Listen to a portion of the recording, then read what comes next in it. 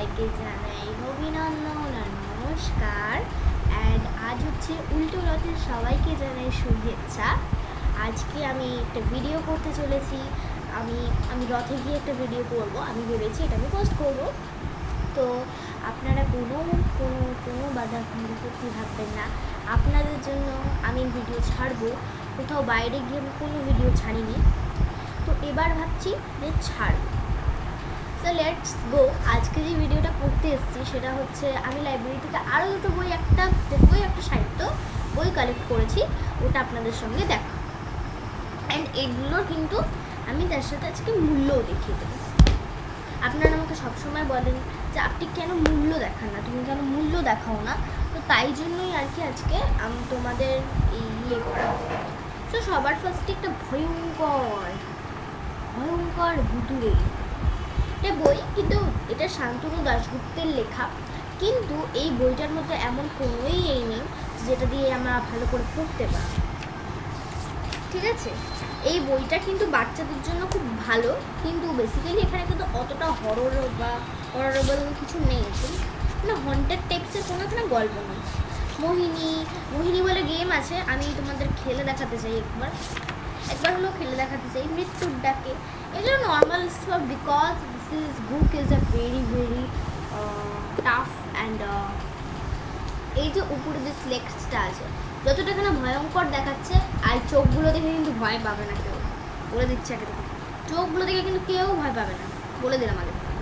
এই বইটা দেখে ফার্স্টে আমিও ভয় পেয়েছিলাম, ওকে, আমিও ফার্স্টে ভয় পেয়েছিলাম। তারপর হঠাৎ করে কি মনে হলো, বইটার ভিতরটা একবার পড়ে দেখি। বইটা যখন পড়ে দেখি, ভিতরে অত ভয়েরই কিছু। তো দেখতেই পাচ্ছ, এটার উপরে একটা মলাট ছিল, ওই মলাটটা আমরা খুলে একটা নকল বই বানিয়েছি যেন সবাইকে ভাবতে পারি। তো এই বইটার প্রাইস হচ্ছে 220 টাকা, ঠিক আছে। এই বইটার প্রাইস হচ্ছে 220 টাকা। জানি না এই বইটার মধ্যে কী আছে। আর আমি শান্তনু দাশগুপ্তর ব্যাপারে কিছু বলে দেবো। এই যে ইনি শান্তনু দাশগুপ্ত, এখানে যেগুলো আছে আমি বলে দিচ্ছি।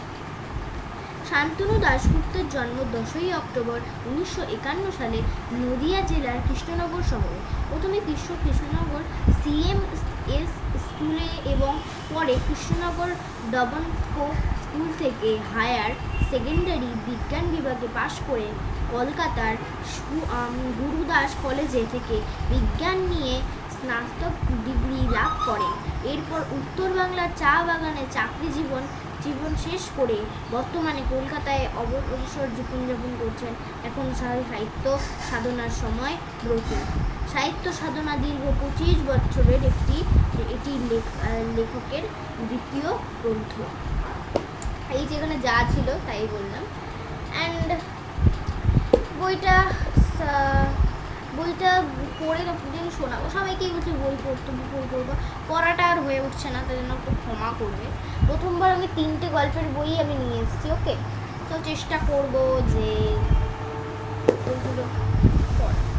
তো বইটার এনার ব্যাপারে পড়ে তো খুবই ভালো লাগলো, কিন্তু বইটার ভিতরে যে গল্পগুলো আছে ওগুলোও সুন্দর, কিন্তু বেশি হরর, মানে বেশি ভয়ঙ্কর না। যেটা মুখটা দেখে, মানে উপরের যে টাইটেলটা দেখে যতটা বোঝাচ্ছে অতটাও। তো এই বইটা তোমরা কিনতেই পারো, এটা তোমরা পারচেস করতেই পারো।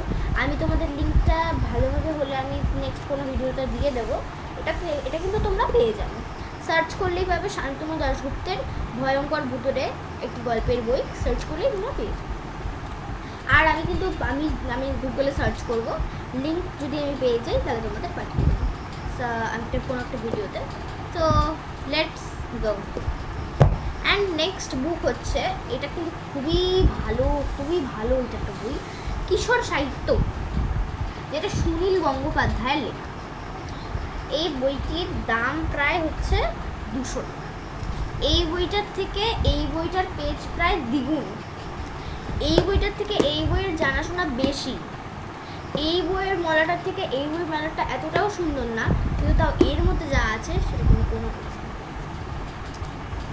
তো এই বইটার প্রায় কতগুলো পাতা আছে, প্রায় 323টা এখানে পাতা আছে। আর এখানে পাতা আছে হচ্ছে এখানে 144টা পাতা আছে। তাহলে কোনটা বেশি ভালো, এটা নাকি এটা? এটার মধ্যে অতটাও কোনো জানার বিষয় নেই, এই গল্পের বইতে বলে খালি তোমরা অ্যাডভেঞ্চারাস জিনিসটাই জানতে পারবে, কিন্তু যেটাতে আসলে জানতে পারবে সাহিত্য থেকে, সেটা জানা বেশি জরুরি। অ্যান্ড দেখতেই পাচ্ছ এখানে কিশোর সাহিত্য সুনীল গঙ্গোপাধ্যায়ের লেখা শিশু সাহিত্য সমৃদ্ধ। এখানে সূচিপত্র আছে, প্রকাশকের কথা, সম্পাদকের কথা, গল্প। এবার গল্প শুরু হচ্ছে, আমি ওগুলো যাই হোক পড়েছি, ভালো করেছি। এবার নেক্সটে আছে গল্প।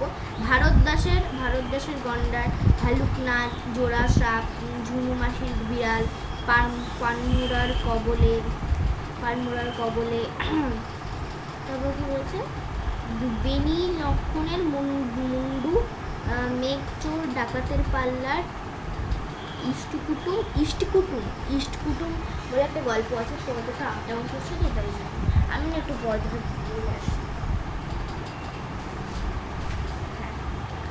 তো তারপর সুবর্ণরেখার তীরে, রণজয় আর অলৌকিক শিশুরা, বড়রা যখন ছোট ছিল, জলের তলায় রাজপুরী, হীরে উধাও রহস্য, সেই অদ্ভুত লোকটা, অবনী স্যারের স্কুল।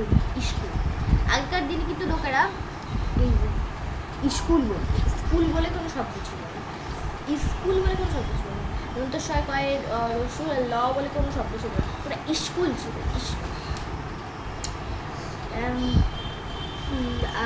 আমার ছোট্টবেলা, আপন বন্ধুরা, যদি, আর উপন্যাস হচ্ছে উদাসী, রাজকুমার, আরও অনেক আছে, আর নেই 129 পেজ।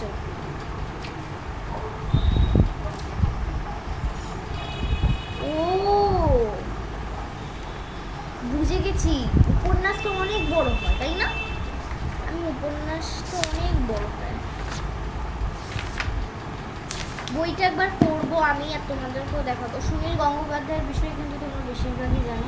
এই বইটা পারচেস করা কিন্তু অতটাও সহজ না, একমাত্র লাইব্রেরি থেকে আমি পেয়েছি। আমি এটা সার্চ করে দেখবো, যদি বইটা পাই তাহলে অবশ্যই তোমাদের লিঙ্কটা দিয়ে দেবো, আর এটা তোমরা কিনতে পারবে। ওকে, সো লেটস, আজকে কিন্তু আমরা এই দুটো বই দেখালাম। এই দুটো বইয়ের মধ্যে কোনটা বেশি, আমাকে যদি বলা হয় কোনটা বেশি আমার কাছে মূল্যবান হতে পারে, তাহলে আমি সবসময় কিশোর সাহিত্যটাকেই চুজ করব। কারণ এটার মধ্যে খালি ভয়ঙ্কর না, এখানে কোনো অ্যাডভেঞ্চারাস বিষয় আছে, এখানে অ্যাডভেঞ্চারও বোধহয় কিছু নেই। যে বইটা লিখেছেন তাকে ছোট করা আমার কোনো উচিত নয়, কিন্তু তাও বলছি এই বইটার মধ্যে অতটাও কিন্তু জানার কিছু নেই, কিন্তু এই বইটাতে যে জানার আছে এটা সুনীল গঙ্গোপাধ্যায় লিখেছে। আর আজকের এই ভিডিওটা আমি এখানে এন্ড করছি। তো এই দুটো বই যদি তোমরা কিনতে চাও, আমি তোমাদের লিঙ্ক দিয়ে দেবো, একটু কমেন্টে জানিও, আমি একবার চেক করবো, যদি লিঙ্ক পাই তাহলে তোমাদেরকে দিয়ে দেবো।